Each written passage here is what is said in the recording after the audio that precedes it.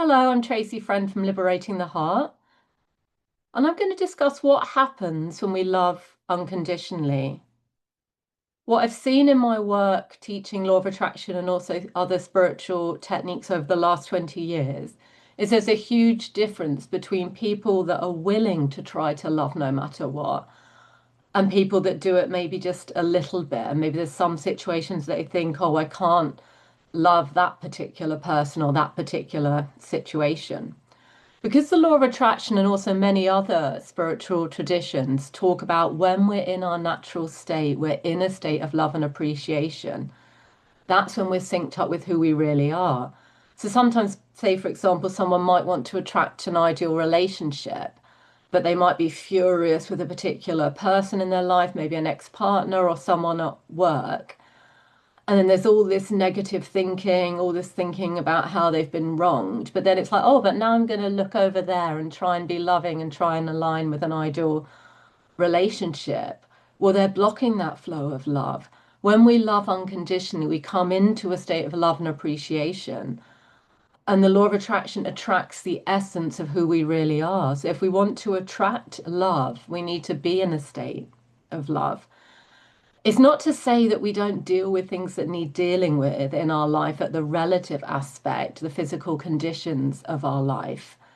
Because sometimes people worry if they love unconditionally, aren't they going to become a doormat? Aren't they going to get walked over? But interestingly, our intuition, our guidance, our inner knowing, where we know what to do on a deep level in every situation, moment by moment, that operates on the frequency of love and appreciation. So as we train our mind to love no matter what, then if something isn't right for us, then we'll get a clear in the moment knowing about how to handle it. Another key distinction is it's not that we're pretending to be loving, it's all an inner work. No one else needs to know that we're doing this work. It's just within our own mind. Moment by moment, are we choosing to love or not? And also, what I've seen is we might have old patterns of thinking, old sort of things that we've picked, beliefs that we've picked up along the way, where maybe certain things irritate us that we find challenging that we're still kind of trying to resolve and work out. And what I've seen is as long as we don't kind of go along with that, it doesn't harm us spiritually. We can still stay spiritually strong. So there might be a particular person that irritates us, but if we're still doing the work to try and focus selectively, to try and see the good in all people and situations, we're not going to be massively anyway, negatively impacted by that. And I've seen a really big difference in my work over the last 20 years or so between people that have had this determination, and it usually does require a determination because old patterns of thinking can be quite strong, where they've had this determination to try and love no matter what. And the people that have been doing this, the only way I can really describe it is that it seems like their life has taken on this almost magical, miraculous sort of quality. And these people, I'd say, that almost, I mean, this might sound a bit over the top, but there's almost this ethereal sort of radiance about these people because they're synced up to who they really are. And sometimes their friends might say to them, oh, but don't you think you're being too kind? Don't you think you're being too loving? And it's like, I'll sometimes kind of joke with them, well, let's look at the evidence. And the people that are living in this way, where they're really doing their best to focus selectively to train their mind to see the good in all people and situations, what seems to happen more and more is that opportunities come to them where logically you'd think there wouldn't be an opportunity. Kindness is shown to them, and it's almost like a moment by moment flowing of one good thing after another, one synchronicity after another. And I'm really not asking you to take my word for this. This is something that through the practical application of different techniques, we can really put to the test for ourselves. So, one way of working is doing the appreciation process, where we might write down every day 50 to 100 things that we appreciate in our current life or good things that have happened recently.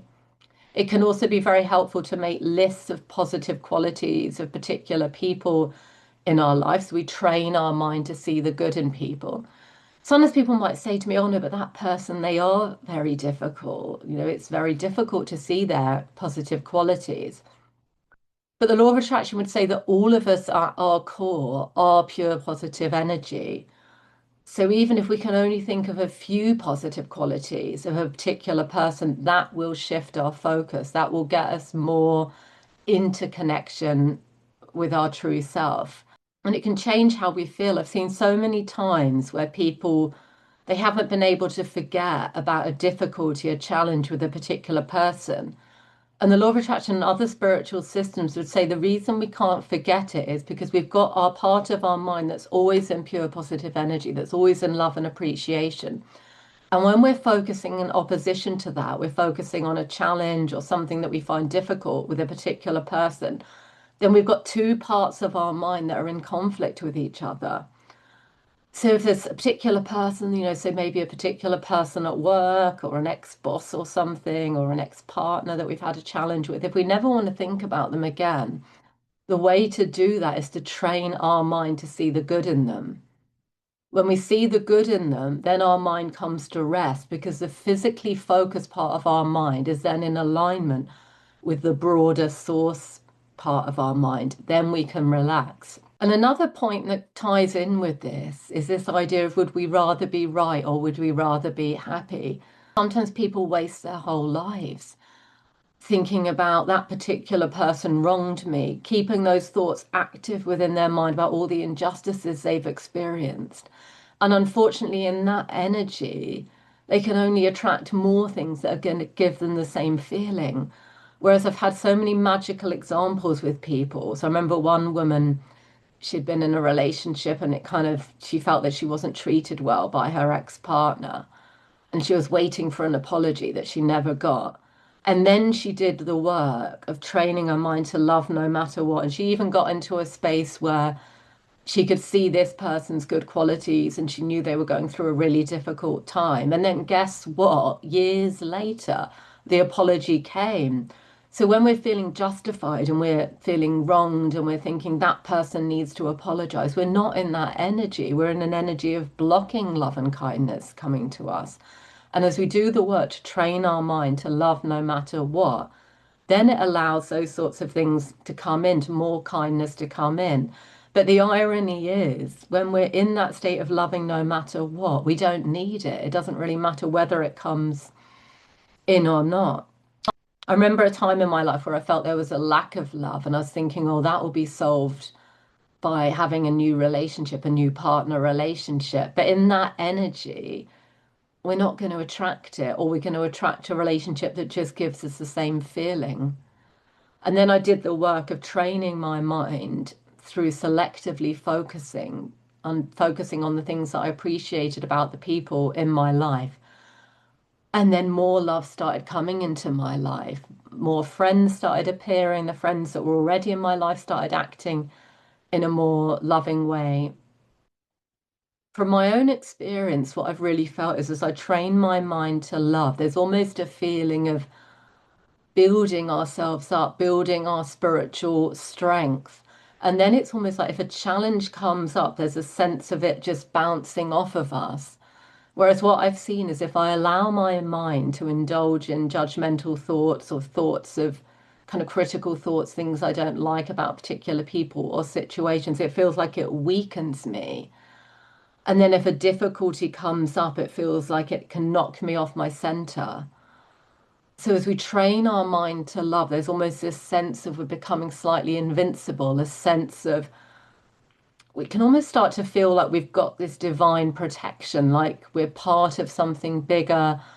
Our life takes on this more magical quality with this knowing that we are being taken care of, that we're co-creating with the higher power, that we're not alone, because more and more of these synchronicities can start to happen. So I'd really encourage you, if inspired, to see for yourself what happens when we train our mind to love more, when we do the work of shifting our own inner energy, becoming more loving, and then the reflection of our life in the world around us becomes more loving. We're more in this state of allowing more good to come to us, and life takes on more of this beautiful, magical quality where we feel like we're synced up with the universe.